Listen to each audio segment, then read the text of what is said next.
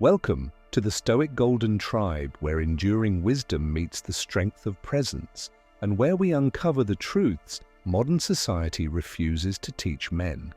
Today's story isn't just about arithmetic, it's about emotional arithmetic, the kind of addition that builds kings or breaks them.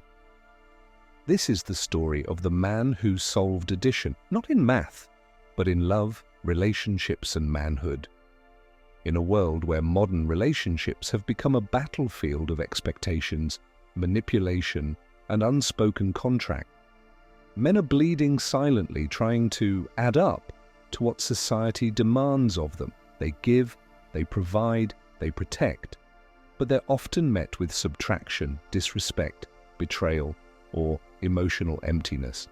This video is for the man who's given too much, the one who always adds value but receives less in return, the one who's tired of being the provider of peace yet gets served chaos, the one who's realizing that sometimes the problem isn't what you add, it's who you're adding it to. Through ancient wisdom, raw truth, and hard-earned insight, we'll unpack the 4 stages of emotional addition and how one man finally cracked the code. If you've ever felt like you were losing yourself in the name of love, if you've been told that being a real man means giving until you break, then stay with me. This message is for you. Before we dive in, drop a comment. I choose to add to myself first. Let me know you're here and you're listening. Let's begin. Don't forget to like, comment, share, and subscribe. Your support keeps this tribe alive and helps bring this truth to men who are still asleep. Chapter 1. When a man keeps adding but never feels full. There's a kind of man most people don't notice. He's the quiet provider. He shows up, pays the bills, listens, fixes, carries the emotional weight. He adds and adds, believing one day someone will notice how much he's giving. But here's the hard truth. Women don't fall in love with effort. They fall in love with presence. This man, let's call him Marcus, learned this the hard way. He spent years in a relationship where he gave endlessly. Vacations, emotional support, gifts, sacrifices. He believed that by constantly adding more, he was building something unbreakable. But deep down, he wasn't adding with strength. He was adding out of fear. Fear of not being enough. Fear of being replaced. Fear that without his value, she would lose interest. Ancient Stoics warned of this mistake. Epictetus once said, "Wealth consists not in having great possessions, but in having few wants." Yet modern men have been conditioned to want validation through what they give. And when that validation doesn't come, they break. Marcus noticed something strange over time. The more he gave, the less respected he felt. The more he added, the more entitled she became. His sacrifices weren't building love, they were building resentment. Not in her, in him. Why? Because deep down, a man knows when he's no longer being received, he's being used. And here's where the turning point came. Marcus sat alone one evening, drained after planning her birthday weekend, only to hear her say, "You didn't even ask what I wanted." That sentence shattered him, not because it was harsh, but because he realized he was adding in the wrong direction. He was pouring water into a cup with no bottom, and the tragedy is most men won't even know it until it's too late. Love isn't about how much you give, it's about who you are when you give nothing at all. That's the first law of masculine addition. If your giving costs you your dignity, it's not love. It's self-abandonment. Marcus had to learn that adding doesn't always mean doing more. Sometimes it means doing less, with clarity. Sometimes it means subtracting the woman who doesn't see your value, so you can add back your self-respect. He started journaling, started lifting, started sitting in silence again, not to impress, not to chase, but to feel full in his own presence. Because the truth is, you can't add to a woman's life until you've added to your own soul first. Or to drop a comment. I refuse to add where I'm not valued. Let the tribe know you're reclaiming your worth. Chapter 2. When a man stops adding, the equation flips. There's something almost mystical that happens when a man finally pulls back. Not out of bitterness, not as a tactic, but because he's finally awake. Marcus stopped adding. No more over-explaining, no more unnecessary gifts, no more solving problems that weren't his to solve. He didn't become cold, he became balanced. And that shift, it terrified her. See, most women don't consciously mean to drain a man, but in the comfort of his consistency, she stopped appreciating the source. She thought he'd always be there. She thought his giving was automatic, part of his identity. She never imagined he'd pause long enough to see the pattern. And when he did, everything changed. He stopped initiating conversations, stopped adjusting his schedule to meet her chaos, stopped apologizing for setting boundaries. And she felt it.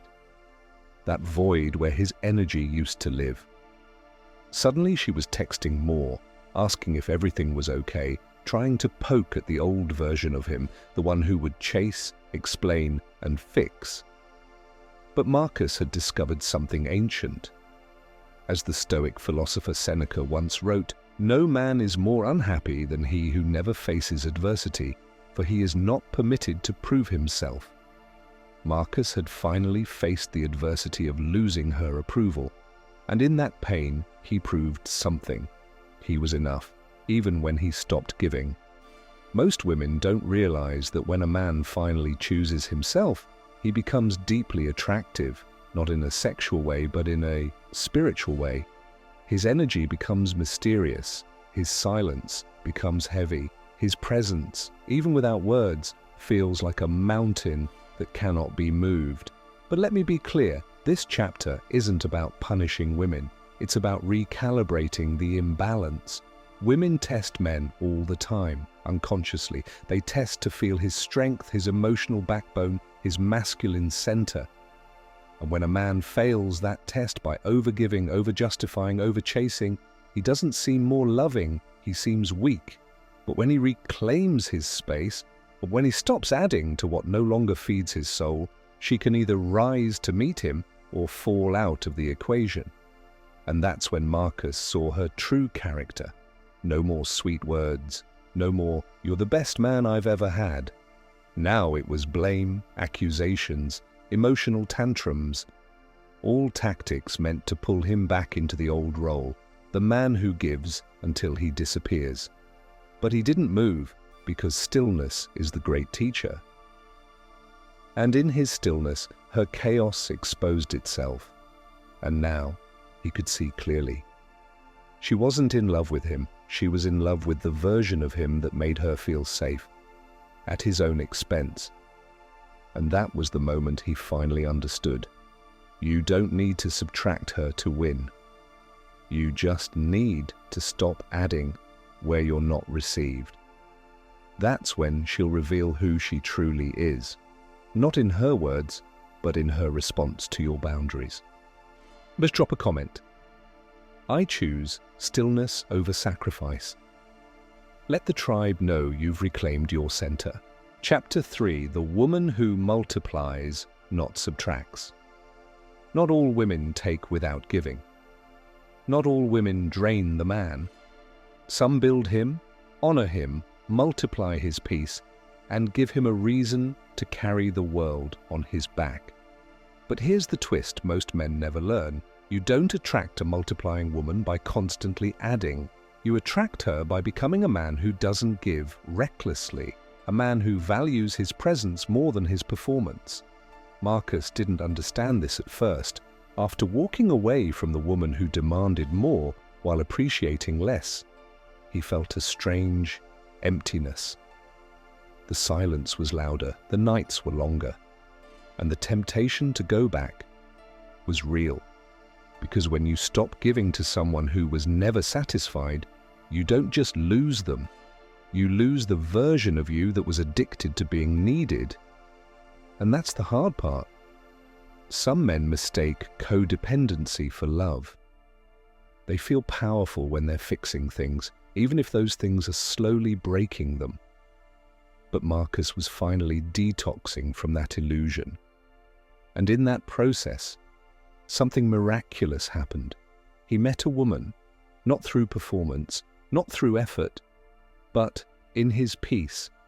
She didn't rush to define the relationship. She didn't test his patience or ignore his boundaries. She matched his energy, not his anxiety. At first, Marcus was cautious. Was this just another cycle? Another woman who would slowly subtract from his spirit? But she didn't demand, she noticed. She didn't manipulate, she respected. She didn't need his resources to feel complete. She was already whole. And here's what separated her from the rest. She didn't fall in love with what he could give. She fell in love with who he was when he gave nothing. Because the true value of a man isn't in what he adds to her life, but in how complete and still he stands without giving anything at all. That's when he knew this was the kind of woman you invest in. Not with money, not with over-effort, but with clarity, presence, and direction. Let me break this down. A subtracting woman will test your boundaries constantly, demand more the moment you give, withhold affection to manipulate, only love the version of you that benefits her comfort. But a multiplying woman will respect your time even when it's limited, offer peace instead of pressure, value your silence as much as your words, match your energy, not drain it. And here's what ancient wisdom teaches us. As Lao Tzu once said, "When I let go of what I am, I become what I might be." Marcus let go of being the man who gave from emptiness and became the man who shared from abundance. Because you see, when a man is full within himself, he no longer needs to be everything to a woman. He simply is, and that is enough. A multiplying woman doesn't want to complete you. She wants to walk beside you, building a kingdom, not a codependency. And the most powerful part, when a man who has healed himself chooses a woman who is whole, they don't just grow together, they become unshakable. Marcus began to smile again. Not the fake smile of forced gratitude, but the quiet, grounded smile of a man who knows he's finally seen. Not used, not drained, seen, respected, and met. Drop a comment. I choose a woman who multiplies my peace. Let the tribe know you're done tolerating emotional chaos, and you're choosing alignment over attachment. Chapter 4. The source of addition. When a man becomes the value. There comes a point in a man's life when he stops chasing validation from women, from success, from society, and begins to realize something life-changing. He is the source, not the provider, not the protector, not the performer, the source. Marcus had walked through every emotional battlefield. He gave until he broke. He pulled back and watched the truth reveal itself. He met a woman who multiplied his peace. But none of that would have mattered if he hadn't come home to himself. Because here's what men are never taught. You don't become valuable by what you do. You become valuable by what you are and by how you choose. Let me repeat that for the man who still feels like he needs to earn his worth. A man who solves addition doesn't add to gain value. He adds because he is value.